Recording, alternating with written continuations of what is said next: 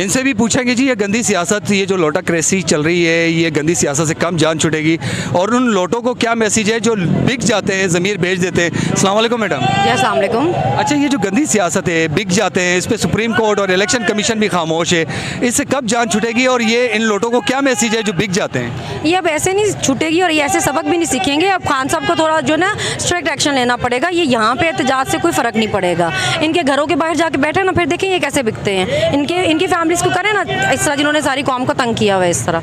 ये देखें जी, ये पहले भी एक खातून ने कहा कि अब ये सड़कों पे या इस निकलने की ज़रूरत नहीं है, यहाँ पे टाइम वेस्ट करने की ज़रूरत नहीं है, इनके घरों पे जाए, जहाँ जहाँ पे ये लोटे मिल रहे हैं, जहाँ जहाँ पे ये गंदे सियासत करने वाले जरदारी शहबाज, ये जो भी हैं, इनके घरों के बाहर बैठे हैं ताकि इनको लग पते जाएँ। ये बताएं जी, राना सनाउल्लाह पूरी डिटाई के साथ कहता है कि हम आपके 5, 11, 10 लोगों को आगे पीछे कर लेंगे। इस पर कानून भी खामोश, इलेक्शन कमीशन भी खामोश। ये तो निज़ाम को समझ से बालक करे, क्योंकि वो सब कुछ जो है इस मुल्क में वो उनके बाप का ही तो है। कानून भी, सारा मुल्क भी, वो सब उनका है। वो अपने हिसाब से सारी बात करेंगे। वो बंदे गायब करने की बात भी कर लेंगे तो कुछ नहीं होगा। और आप नॉर्मल में अगर आपको एक सवाल भी पूछने तो आप पे सीधा सीधा आर्टिकल 6 का ही मत डालेंगे पर्चा। हाँ, अब जब हक सच की बात करेंगे, यहाँ पे तो बड़ा जुर्म है, हमने किया, हमें पता है, हमने भुगता है। ये बताइएगा, अभी तो मेजॉरिटी भी पंजाब में PTI की है, लेकिन ये आपस में बैठे हैं, इन्होंने ये एक बात सोची है कि जनाब हमारी सियासत को नुकसान होगा, मुल्क पाकिस्तान को इतना बुरा नुकसान चल रहा है, इतना बुरा नुकसान हो रहा है, इसका इनको ख्याल नहीं। आवाम को क्या कहती हैं, अब इनकी सियासत को दफना दिया जाए?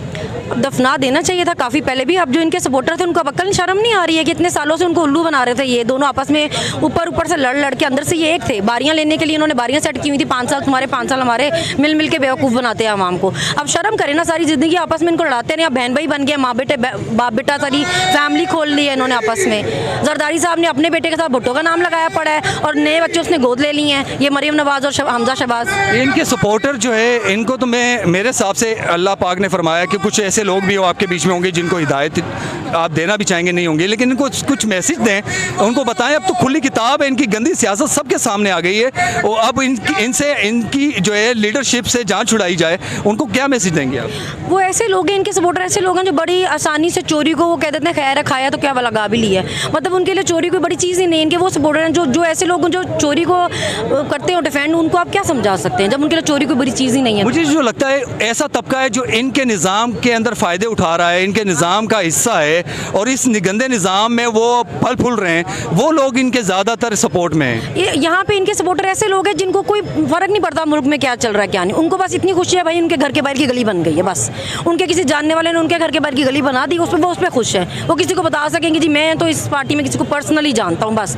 और वो दूसरा वो होता है ना, वो सियाना का वो होता है, हमेशा गुफे बैठ जाता है। तो वो भी इस तरह के लोग हैं, वो अब ये मानने को तैयार नहीं ना कि हम कैसे माने, हम सालों से चोरों को सपोर्ट करते रहे हैं तो लोग क्या कहेंगे, हम इतने अक्लमंद थे और सपोर्ट हम चोरों को करते थे। तो इसलिए वो शर्मो शर्मी में भी उनसे खाया भी नहीं जा रहा, निकला भी नहीं जा रहा। अब आप इनके किसी सपोर्टर से पूछे वो मुकर जाएगा, वो कहेगा हम तो किसी को सपोर्ट ही नहीं करते।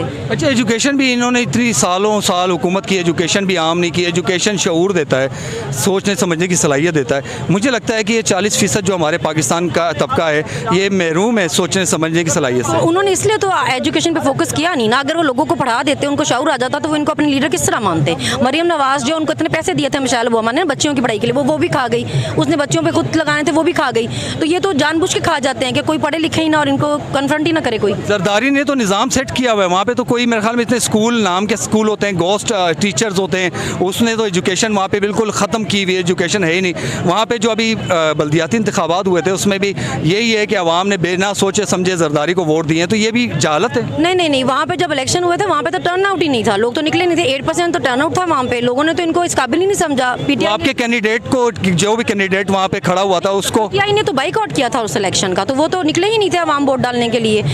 अब जी कौम का ये मुतालबा है कि अब बहुत हो चुकी, अब इनके घरों पे चलें, इनके घरों पे बैठें, इनके सामने इनको गिरवान से पकड़ के बाहर निकालें ताकि उनको लग पते जाएं इस पाकिस्तान में और मज़ीद इस गंदी सियासत की जगह नहीं है। पाकिस्तान जिंदाबाद।